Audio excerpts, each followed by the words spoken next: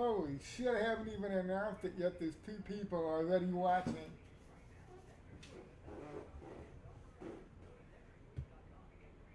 That's amazing.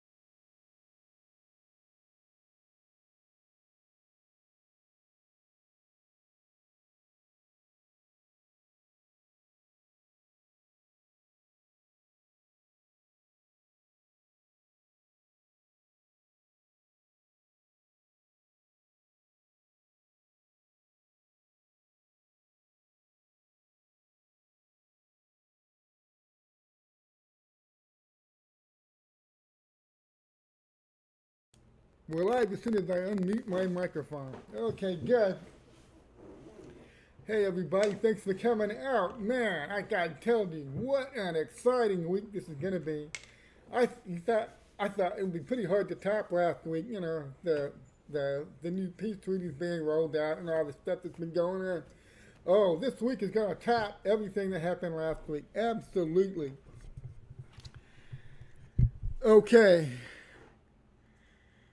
First thing I see when I get up this morning is that announcement that our president made on Fox and Friends this morning. Let me play that for you real quick. Okay, here's President Trump. President. So you said you'll make the announcement this week. Can you tell us more about that? Will it be the beginning of the week? What day? I think it'll be on Friday or Saturday, and we want to pay respect. It looks like we will have probably services on Thursday or Friday, as I understand it. I think, due respect, we should wait till the services are over for Justice Ginsburg. And so we're looking looking probably at Friday or maybe Saturday. So Friday is going to be the day or Saturday, and we know how this looks like because you've had two dress rehearsals before with Kavanaugh and Gorsuch. Now, we understand Judge Coney Barrett is somebody on your list. We also have Judge Barbara Lagoa of the 11th Circuit Court of Appeals and Judge Allison Jones Rushing of the 4th District Court of Appeals. First on Lagoa, this is the first time we had a chance to look at her bio outside legal circles. We know about Judge Barrett. Tell me about Lagoa and what made her a finalist and what might tip the scales her direction. Well, she's excellent. She's Hispanic. She's a terrific woman from everything I know. I don't know her. Florida. We love Florida. So she's got a lot of things. Very smart. They're all very smart. We don't have to say that. If there are actually 5 I'm looking at. It's down to 5. And they're all, it could be any one of them. They'll all be great. These are... Okay, so we heard from the president there. Okay, he's going to wait until after the services for Justice Ginsburg, the funeral services are completed. He said then he's going to announce who he will nominate. I believe he already knows. He already knows the name. He can announce it at any time, but he, out of respect for Ruth Bader Ginsburg's many years of service to the country, he's going to wait until after the funeral. Yeah, okay. 2 things are going to happen because he's now set a time frame for when he's going to make this announcement. Friday or Saturday. Depends on when the services are over, okay? I believe 2 things are going to happen. The Democrats now know they have, because this is all they can do at this point, they have 5 days to intimidate this guy into backing down. Trying to intimidate this guy into backing down. I can put my, get under this guy right here. Trying to intimidate him into backing down. I don't see that happening, to be quite honest with you. Because look where they started their opening rhetoric. I mean, the moment Trump said, yeah, I'll probably go ahead and nominate somebody. Yeah, I'll probably do that before the election. I mean, when your opening position is, you do that, we'll burn this mother humper down, okay? That's your opening position. That's your starting point in the negotiations. I will now attempt to convince you to not engage in this course of action by threatening to burn this mother humper down if you do this. Okay? And then the guy says, well, I'll be making my announcement 5 or 6 days from now. Okay? So now you have to top your opening position. You have 5 or 6 days to try to intimidate this president into backing off from his announced course of action. And they already started with, we'll burn this country down. We will burn it down if you do this. Okay, so you're about to watch a week of people who already started their histrionics at 11 to 11. Okay. They're already at 11 to 11. Burn this mother humper down. Okay? Now they have to top that. They have to top it. That's not going to be easy. And the second thing that's going to happen is now that Trump has announced that he is going to, he's going to make this announcement on Friday or Saturday after the funeral services are over. Here's the problem with that, okay? Everything I know about Justice Ginsburg from my years of watching her in public life tells me that although she may have been very rabidly partisan, she understood the rules and how things work. I don't really believe that final wish statement that was written down by her close relatives. They said that, yeah, Ruth Bader Ginsburg dictated her dying wish to this relative, okay? I don't believe this really happened. I mean, this does not strike me as something that Ruth Bader Ginsburg would do. I'm sorry. Yes, I know she was a partisan, rabid progressive. I know that. Okay, but this doesn't sound like something that she would do. So I don't believe it. This is hearsay. This is some relative coming out saying that she told me this just before she passed. I wrote it down. Here it is. Her final wish that her seat would not be filled until a new president is installed. Yes, and we must honor her final wishes. Okay, so I'm not really sure if I believe that happened. I mean, we've seen how far these rabid partisans will go to preserve a Supreme Court seat. That's another subject I want to discuss. Why do these progressive Marxists, why these socialist Democrats lose their freaking minds over court seats, over judges, over the Supreme Court? Well, it's real simple. I've been studying these people for 40 years now. There is no way. You see, they can get part of their agenda enacted through Congress. They can get partial control. They can get a partial agenda through Congress. But they know there's a lot of things they want they cannot be honest with the voters about, so they need judges to impose it by judicial fiat. They need those judges, man. They need those judges. They gotta have them. And this is why they go all in. This is why they throw these tantrums. This is why they absolutely lose it at the prospect of having another conservative justice. This is why we had the Kavanaugh circus 2 years ago, which I wrote about. If you go to my archives at the Epoch Times. I know all of you subscribe to the Epoch Times because you want to read all of my columns, and they are just so awesome. So, of course, I'm sure all of you subscribe to Epoch. Ha, ha, ha. Well, okay, so I just dropped my author archive in there, and you go back to 2 years ago, I had just been writing for Epoch for about 4 months at the time the whole Kavanaugh thing happened. And I did like 4 or 5 columns on that circus that thing became. The absolute circus of the Kavanaugh hearings. They dragged on for weeks. And saw just how insane Democrats will get when it comes to preserving a liberal majority on the court. They need it. They've got to have it. Okay, and so we saw how insane they got with Kavanaugh. There's no secret how insane they're going to get with this nomination. And it's happened as despite all the gaslighting you see, despite all the desperate, histrionic gaslighting that they're doing right now, which I warned you about. It's going to be an amazing time in American history. They're doing everything they can to convince you Joe Biden's got this in the bag. Joe Biden, there's no way Trump gets reelected. Okay, they're desperately gaslighting, and then this happens. Justice Ginsburg passes away. Oh, God bless Justice Ginsburg.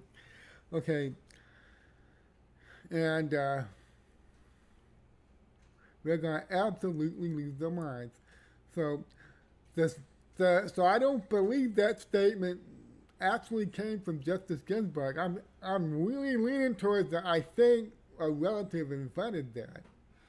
She invented that quote from Justice Ginsburg. And that tells me that when Trump comes out and says, I'm going to delay making my announcement until after the funeral services for Justice Ginsburg are over.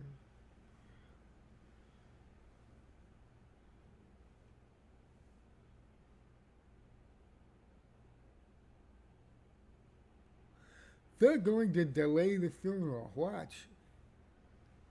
They're going to change. I would not be surprised if you see them change the funeral date. Oh, he won't make this announcement until after Justice Ginsburg's funeral is over. Okay. Thank you for telling us that, President Trump. Thank you for giving us that vital bit of information. Okay, so if you look, okay, and you say, "Oh, come on, nobody." Oh, you look at what these lunatics did 2 years ago. I believe they probably will do this now that they know Trump is saying, "I'm holding off on making this announcement until we pay proper respect to Justice Ginsburg." And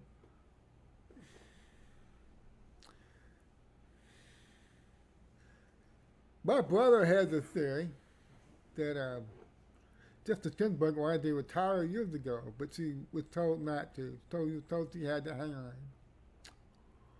She had to hang on, even though she was dying for the last 3 or 4 years, and she was not even able to do the work anymore. So she was compelled to stay. I think there's some merit to that. So the idea that the people surrounding her, because he hasn't even been able to do most of the work of the Supreme Court justice for some time now. It's obvious her clerks have been doing a lot of this work for her. So,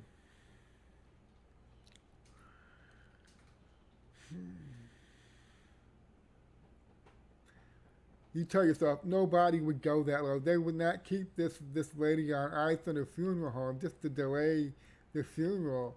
So Trump would have to delay his announcing his nominee. I wouldn't take that bet. I would not take the bet that they wouldn't stoop that low. I would not. Right now, the Democrats are coming out. Schumer, Blumenthal. If the president does this and he nominates somebody before the election, nothing is off the table. Nothing is off the table now. Nothing's off the table. Kid gloves are off, man. What? Oh, really? I just tweeted at Senator Blumenthal. So now you're saying everything's off the... pardon me, Senator Blumenthal. Could you tell me what exactly was off the table 2 years ago when we actually were treated to the spectacle of a federal judge having to sit in front of Congress and deny that he was a rapist? When Democrats were endorsing fictional stories about this nominee having led a high school rape gang. What exactly was off the table while all that was going on? Clue me in. So,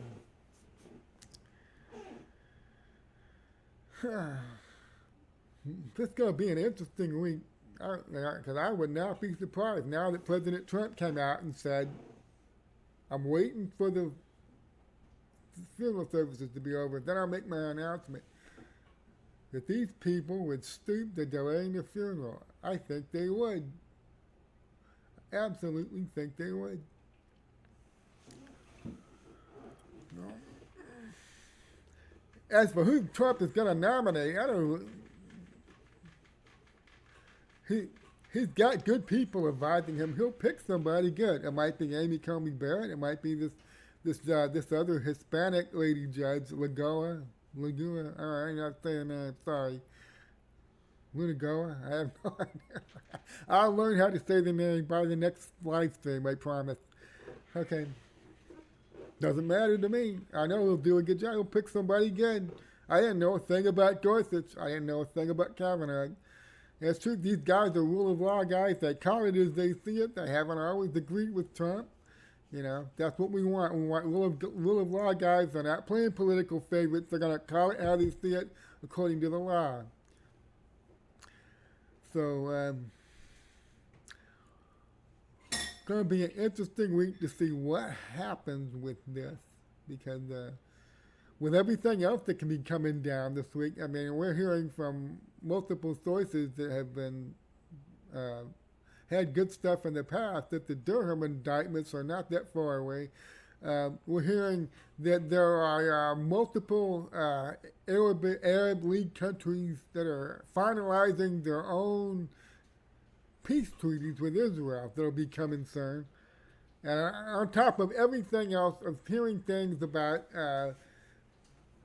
that Privet Bank raid, the Ukraine raids tied to Privet Bank, the Ukrainian bank that is owned by two of the major shareholders in Burisma, that they had their offices in Cleveland and Miami raided several weeks back.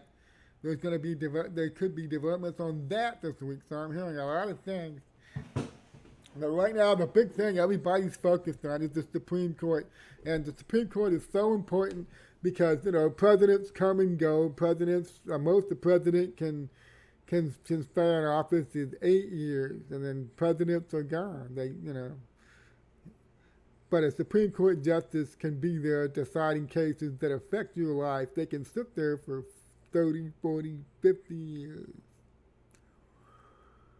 And so this is why, the liberals are so determined to stack those courts, to fill those courts with activist judges, because they know they can't get their agenda enacted any other way. There's too many things they want that if they approach the voters and said, we'd like to do this, the voters would say, what the hell's the matter with you? We're not going to do that.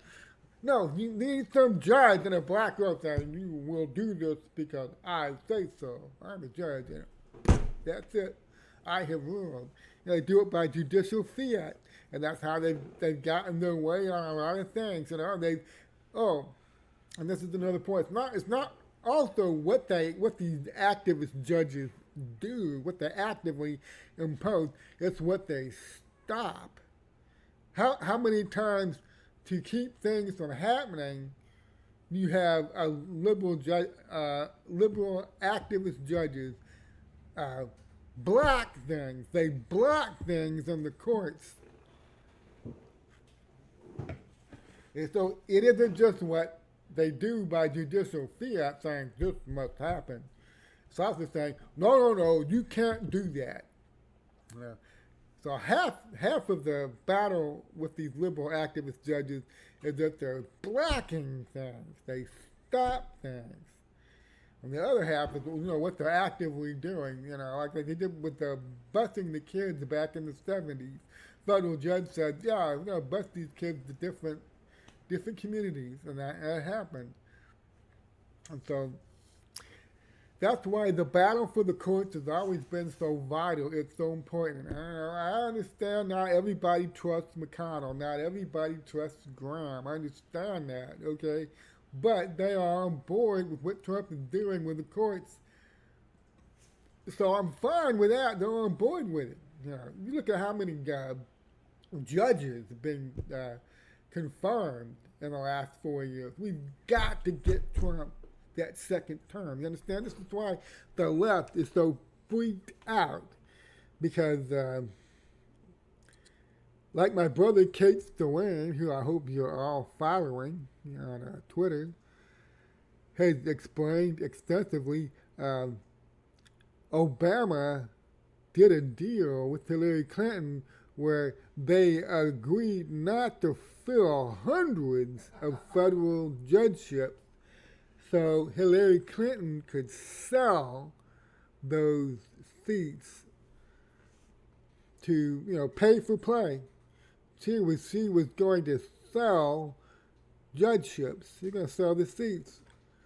And Trump winning was the last thing they wanted. It was an absolute disaster because they were all set to pack those courts with hundreds of liberal activists. And I tell you what, if that had happened, this country would have been over. We would never have gotten anything done.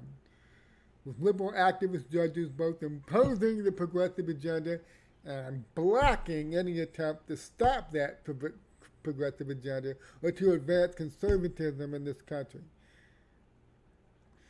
Hundreds of judges. And so when Trump got in there, he and McConnell went to work, man. They went to work.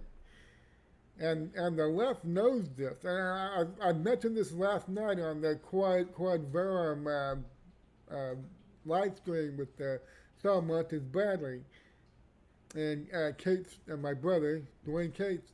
I mentioned this, that it's not a pleasant subject, but federal executions were a bellwether for over 30 years, or 20 years, over 20 years.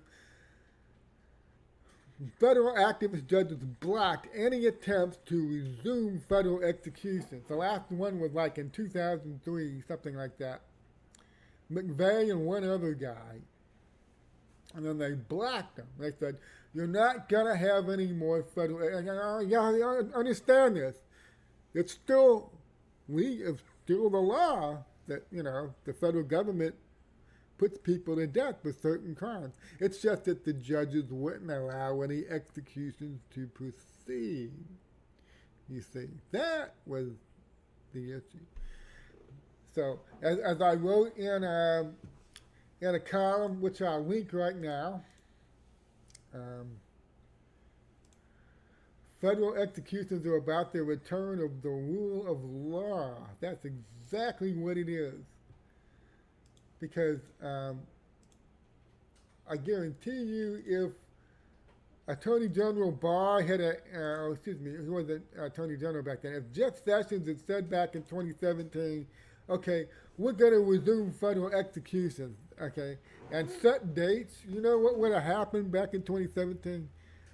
He would have had over a dozen federal judges filing injunctions to stop those executions.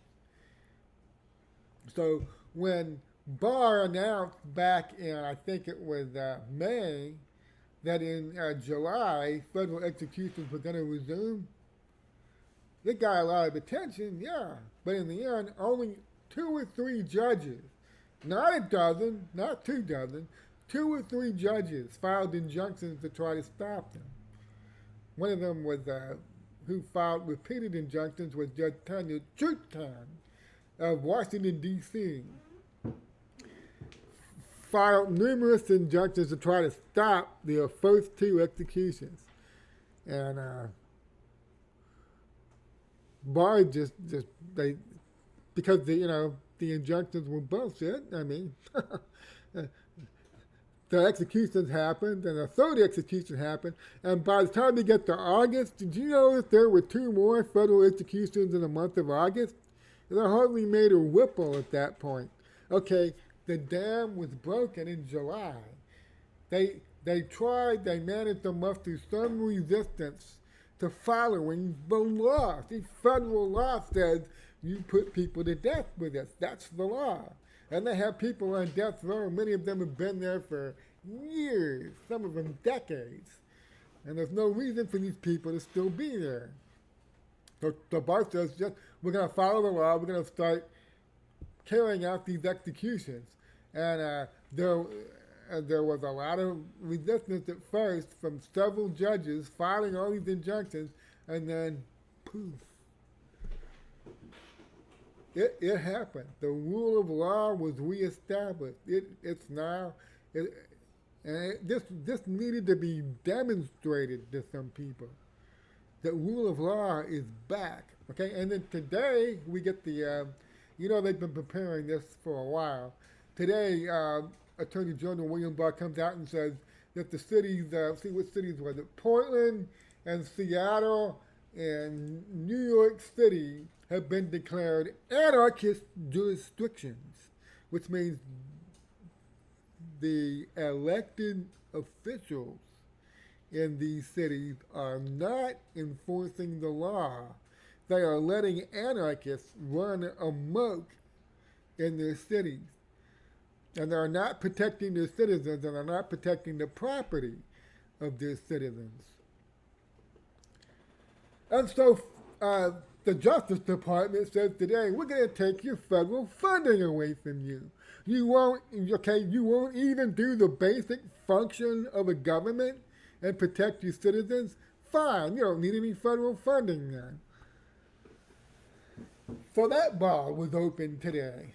2 months ago, it was federal execution. They need to demonstrate that the rule of law is back. Now they're, cracking down on these cities where these Democratic mayors have been engaged in this lunatic gambit to try to blame Trump for all the lawless violence that these mayors and governors are allowing to happen. Okay, and now they're going to start paying a real price for that. So the rule of law is very important. And we are going to get rule of law. And progressive Democrats, what you call them, progressive Democrats, socialist Democrats, Marxists, whatever, they understand that the rule of law is an anathema to them. They cannot function. If our American system of constitutional government, with its checks and balances, functions like it's supposed to, these people can't get anywhere. They can't get anywhere. They cannot enact their agenda. They can't get it through Congress, and now they're in the process of losing the ability of having judges both enact their agenda by fiat or block conservative attempts to counter their agenda. Okay, they're losing in the courts, they're losing in Congress. Okay, so yes, they're losing their minds. It's a beautiful thing. All we have to do is make it through these next, let me see. Let me check the countdown real quick. How many days left to the election? Okay.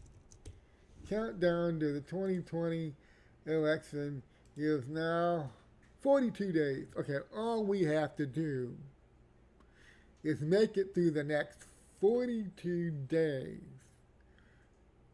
And then go vote in person. You can vote early if you want. There's some people that just dispute about this. Some say it's okay to vote early. And others say, well, it would be better to wait and vote on election day in person. But it's important that you vote in person whenever you do it, early or on election day. Make sure you vote in person. Don't even let USPS get involved in handling your vote. Vote in person. Okay, so 42 more days of watching Democrats melt down, gaslight, scream and bay at the moon and eat their own crap. All you have to do is make it through the next 42 days. And you can do it because we're patriots and we love America. We want Trump to get elected. We want Trump to be reelected. Okay? And Trump is out there fighting, he's getting ready to make this nomination, and once he announces who this person is, this person, first of all, whoever it is going to be an incredibly brave person, because they saw what Kavanaugh got 2 years ago.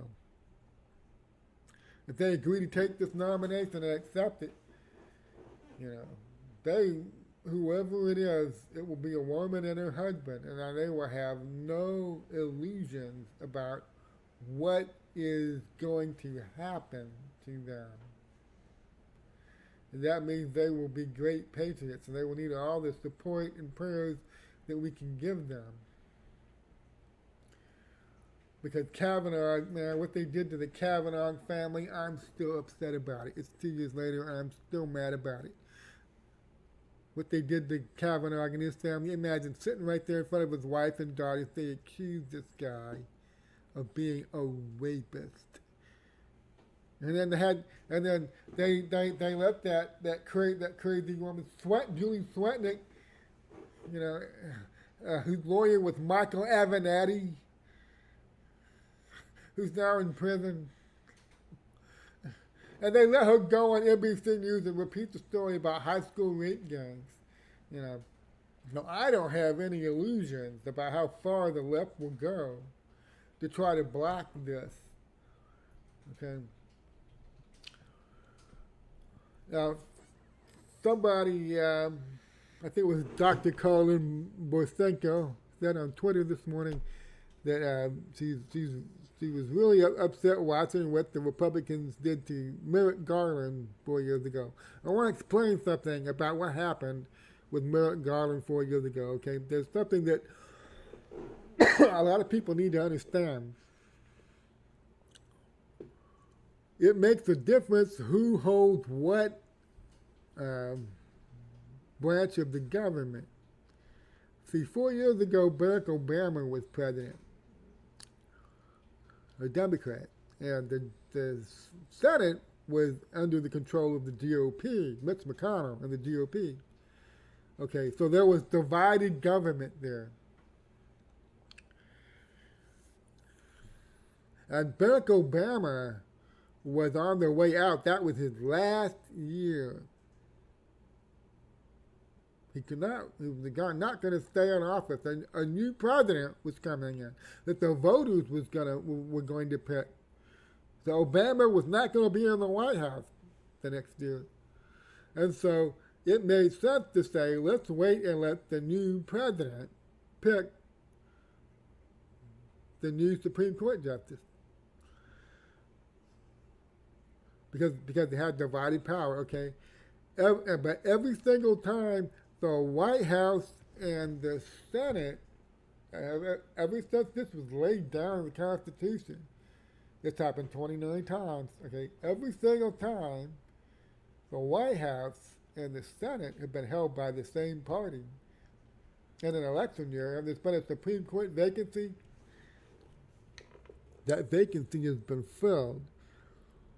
That's happened 29 times. All these people right now are saying that the Republicans need to hold off and not make this nomination until after the election. They're asking for something that is historically unprecedented.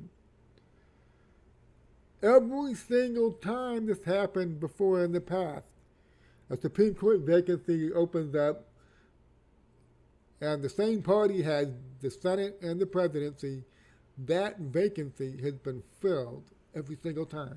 29 times that's happened. This will be the 30th time. And you have all these people, Susan Collins, Lisa Murkowski, okay? Murkowski, and probably Romney, I don't know, probably you will. They all come out and say, oh my God, we can't do this. This would be such dirty pull if we nominate somebody before the election, Bullshit. This has happened 29 times before, and every single time that seat was filled. And the thing that's different about Trump is Trump will fight, and Trump will fight to win. People are not used to seeing this. Now, a certain wing of the GOP that turned out to actually be controlled opposition, they're certainly not used to seeing a Republican president that fights to win. Anybody that believes that if the Democrats had had the votes 4 years ago, but out of decorum and respect, they would have refrained from holding a vote to fill that Supreme Court vacancy. If you believe that, you're a moron. Okay? They would have rammed that thing through as fast as they could do it. I'm getting tired of watching this where, everybody knows the Democrats are cutthroat. The Democrats are cutthroat. They will always find a way around the rules when it suits them, okay? And they'll change the rules when it suits them. Don't forget, the only reason that this is happening right now is Harry Reid back in 2013. Okay, let me link that column I did, okay, about why you can't feel sorry for Democrats. You shouldn't feel sorry for them. They're victims of their own hubris.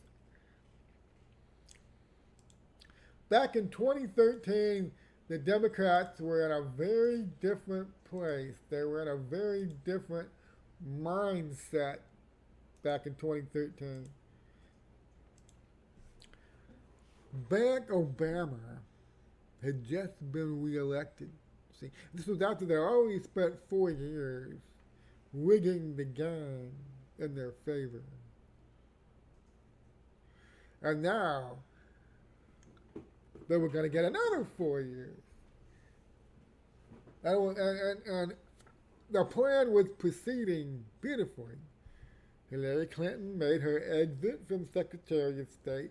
John Kerry came in to replace her, and this freed up Hillary to begin her preparations for her long-awaited coronation.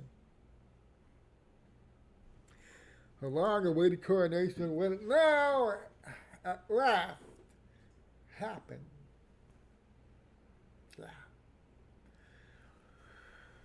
And so they were going to get, so 2013 they know they're going to get the full 8 years of rigging the game, my friends. Okay, hold on, wrong one. I'm going to create a scene here real quick. They were rigging the game. I find the screenshot that I want to put up here. Just give me a second. Okay, they have been rigging the game for 4 years. Now they got another 4 years to rig the game.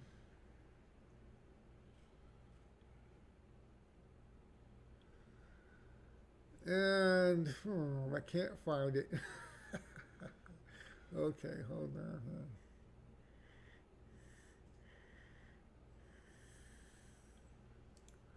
Okay, this will do.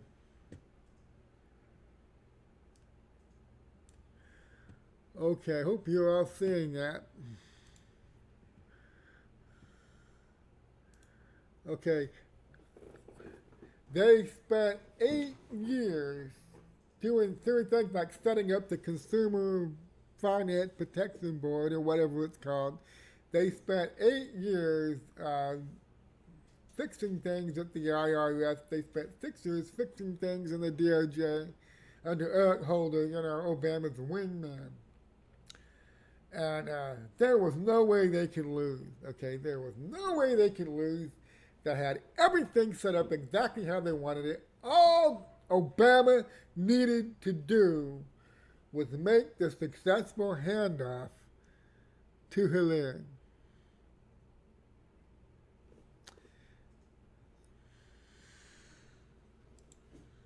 That's all we needed to do. Make the successful handoff. Whoops! And as I like to say, there was no successful handoff. A miracle happened. And boy, that was some miracle. That was some miracle. I'll tell you what, and they had all those judgeships lined up, ready and waiting for Hillary Clinton to sell. Yeah. So in 2013, you have to understand the mentality of people like Barack Obama and Joe Biden and Chuck Schumer and Nancy Pelosi and Harry Reid. They were in a very different place mentally. If you had told them,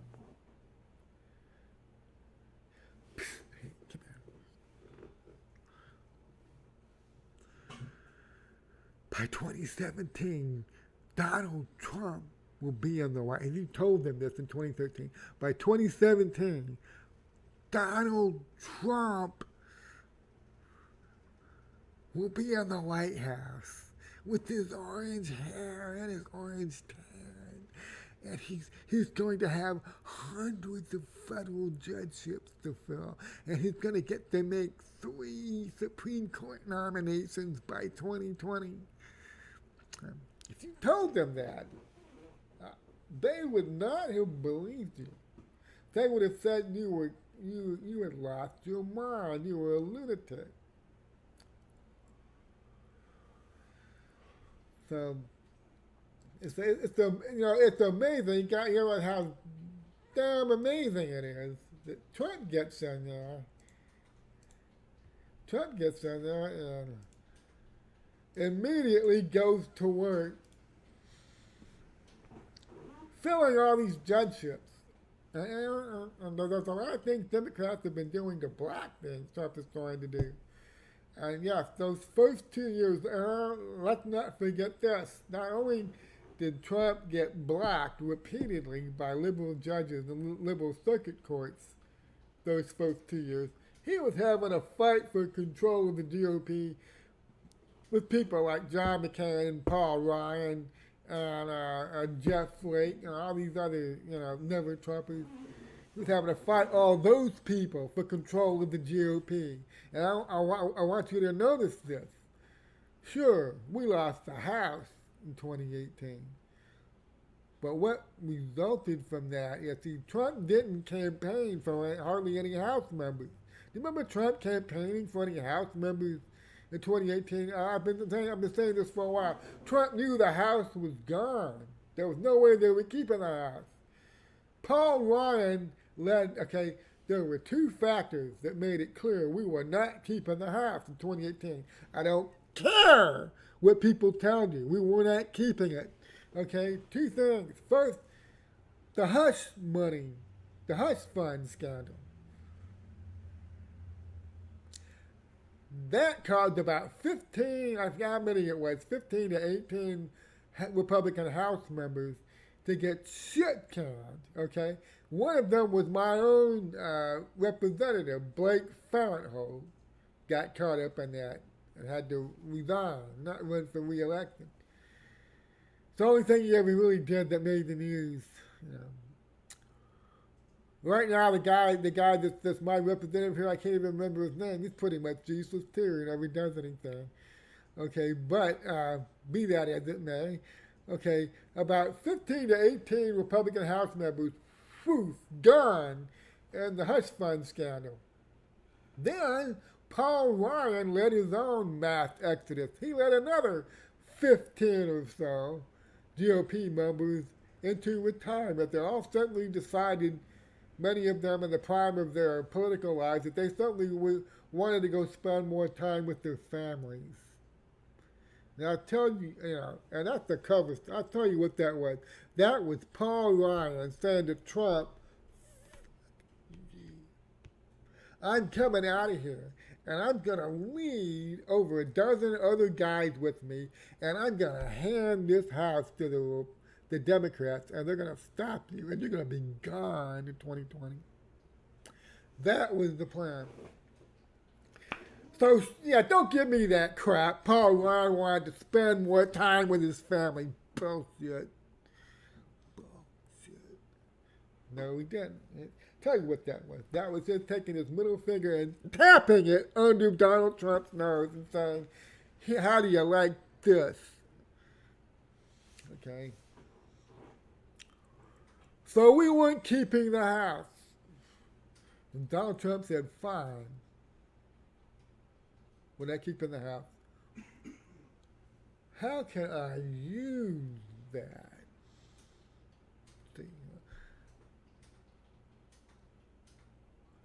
A lot of people would go, oh my God, what a disaster, we lost the House. Crap, we're doomed. Oh, okay. And then you go beyond panicking and just giving up. Donald Trump goes, okay, we're losing the House. How can I use that to destroy the Democratic Party?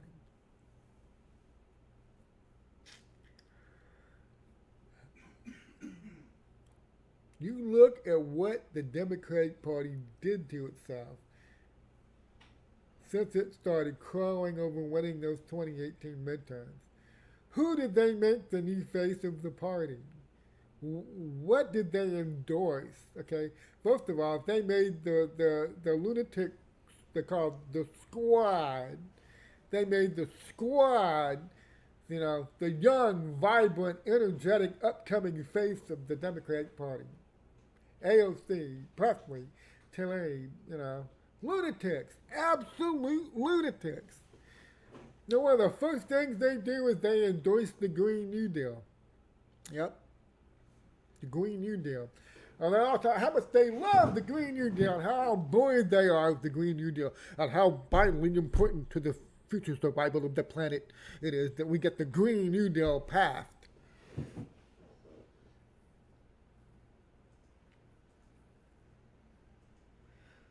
Sure, we lost the House in 2018. Two things resulted from that. Trump got control of the GOP at last. Not all of it. Sure, there'll always be a Romney out there, a McCaskey out there. Yeah, okay.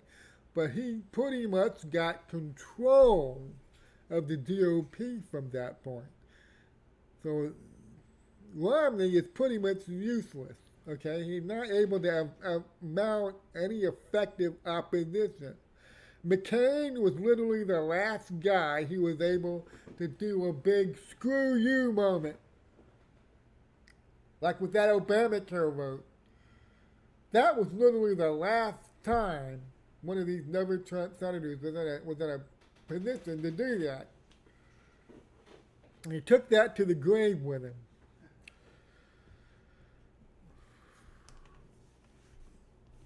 So Donald Trump, this is now Donald Trump's GOP. It's his GOP. Isn't it? Now, the other thing that happened is the Democratic Party dropped the mask. I mean, the pandemic helped. A lot before the pandemic happened, we saw with the lunatic positions these people were adopting. So, they won, but they lost. They won the House, but they've lost. Can you see that? The Democrats have lost. They were so convinced that it was time to go full on radical. That 2018 election showed them it's time to go for it. I mean, you can see this in the debates. You can see this during the debates. That, like, how many was it? 20 people up there on the stage, and they said, they were asked the question, how many of you are for federal funding to supply the health care for all illegal aliens, illegal immigrants? Every single one of them put their hand up. Every one of them. And they're all for massive tax increases. They're going to reverse the Trump tax increases, take down the wall. They're going to reverse everything Trump's been doing. And they're all for, open borders. And it was lunatic stuff. Oh, and Beto gets up there and says, hell yes, we're going to take your AR-15. And Biden puts that guy in charge of his gun policy. Okay, so way outside the mainstream, they went way radical. They lurched very far to the left, and they can't come back from that. See, normal politics. I've been following this since '88, the Bush-Dukakis race. I was too young. I was really paying attention to Reagan and Mondale. I was 13 or 14 when Reagan and Mondale happened. I wasn't paying attention to anything. Okay, but during Bush and Dukakis, I was in college. I was paying attention then. What you do is, during the primary season, you're doing everything you can to shore up your base and win the nomination versus a lot of opponents from the same party. And to do that, you have to go to the far left for a Republican or far right for a Democrat. You have to do that to get the nomination. That's how the game is played. I'm not saying I agree with it, but that's how you play the game. That's how you win. And then after you've secured the nomination, you move back to the center because now you've got to win the general election. And to do that, you need a bigger tent. You need a broader base. You can't, if you just stay with the people that win you the nomination on the far left or the far right, you're not going to win the general election. Won't happen. I'm saying that's politics. That's how the game is played. So, but this time, this election, the Democrats went so far to the left, you know, and we keep hearing how Biden's going to make that shift to the center any day now. But he's still talking about raising taxes, and he's still talking about, you know, all the Green New Deal. Yeah, sure, why not? The Green New Deal. I mean, they move so far to the left, he can't, and, you know, if he makes the slightest move back to the center, he's going to hear it from, you know, the radical leftist elements of the Democratic base are now the loudest and the most visible. The moment he makes a move to the center, he's going to hear it. And it's going to intimidate him into staying put. So that's where we're at right now. And Trump is out there building his coalition every day. He's building, he's holding rallies, and I told you you'll see this. He's holding rallies in places where people will say, look at the polls and say, he's wasting his time. Minnesota? What the hell is he doing in Minnesota? Michigan? What the hell is he doing in these states? Got no business going. He's 5 or 6 points behind in these states. What the hell is he doing there? Yeah, they'll be saying this all the way up to the election. And they're going to be shocked yet again. They're going to be surprised. You know, another miracle will happen. It will catch them completely by surprise. And this is coming. The red wave is coming, and Trump is going to go into that second term with an overwhelming mandate. I believe he's going to win more than 40 states. He may win 45. And unlike last time, they're going to be able to say any crap about the popular vote. And he's going to have a mandate this time. And he's going to have a new Supreme Court justice. That's just the thing about Roberts. People worry about Roberts. Roberts always trying to impress the D.C. crowd. I'm very thorough. I saw frequent bones to the liberal wing. Yes. Okay, Roberts is about to be rendered irrelevant. Whoever this next pick is, because you know Roberts says, okay, I'm gonna go vote with the liberal wing here and show what a nice guy I am. They'll say great things about me in Washington D.C. Okay, Roberts is gonna. This is the vote. This is the new justice that's gonna render John Roberts irrelevant, and Trump knows it. So Trump does not want to spend 4 more years watching Roberts swing the court to the left. After he put all this time into this, all this investment into this, to have Roberts consistently vote with the left wing to block the conservative agenda. So this is a vote that counts. So this is an election that counts. So I want to encourage you right now, if you haven't registered to vote yet, please go register to vote. If you haven't made an agreement to go with a dozen people to vote in person on election day, get busy, start working and networking about bringing as many people as you can to vote on election day. Because if this could be over by election night, if enough people vote. So that's what I had today, man.